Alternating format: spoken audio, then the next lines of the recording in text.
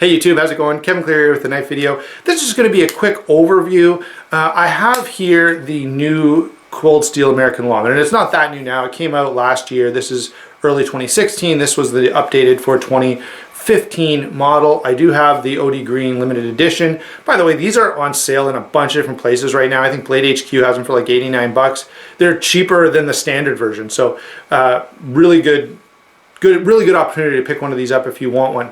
Now, what I just want to do is a very quick sort of update slash overview. I've already reviewed the Code 4. I'll link that review. I'm not the Code 4, the American Lawman. I'll link that review in the description below. But what I want to share with you is the updated American Lawman with sort of the changes that they've made, what I like, and how it kind of compares. Now, obviously, I don't have my original American Lawman. I actually sold it to help me buy this one, okay? But I do have obviously that review below that you can check out, and I do know the numbers on it. So the old American Lawman was same size and length, same blade length, all that stuff. So basically 3 3/8 inch blade, 4 3/4, just under 4 3/4 inch handle, 1/2 inch thick, and 4.7 ounces. Okay, pretty good numbers. You know, those are totally in the ballpark of what we want from an EDC. However, this knife is now same length, same handle length, 4 and just under 4 3/4, about 3 3/8 blade length. But now this dimension, the width here, is 3/8 of an inch. So they've shaved 1/8 of an inch off of the width, making it much nicer in pocket. They have shaved 0.7 ounces off of the weight. So now this comes in just under 4 ounces, like 3.9 ounces. I'm sure there'd be some variation. If you put it on your scale at home, maybe you'll get 3.8, 3.9, or 4 ounces. But they brought it down to basically just under 4 ounces, so it's even lighter.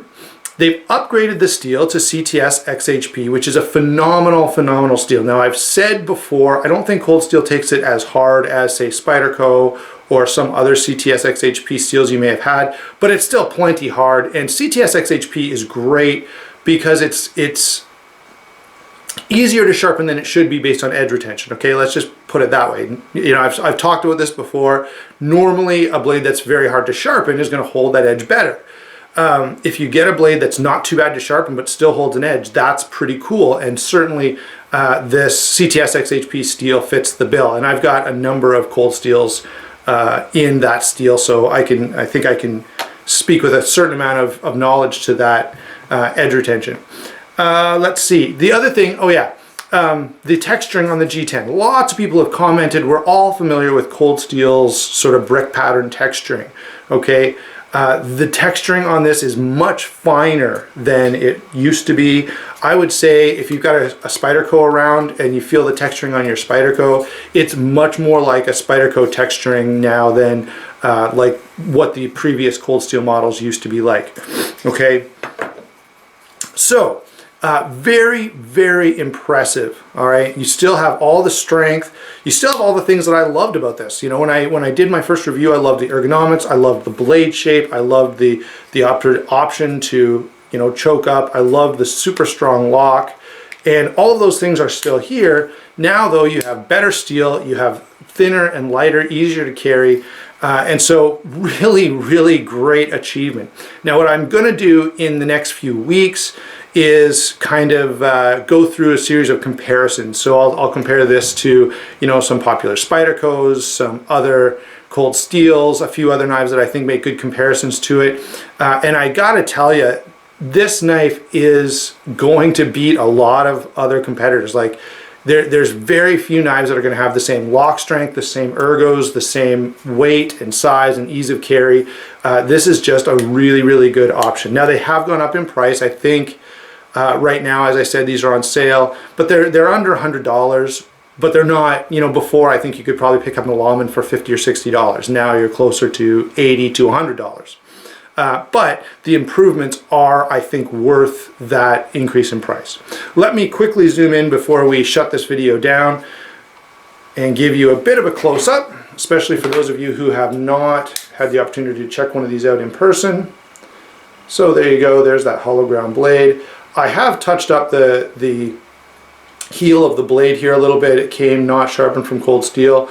That's pretty common from cold steel. There's that OD green. Obviously, if you don't get the limited edition, you'll be looking at black.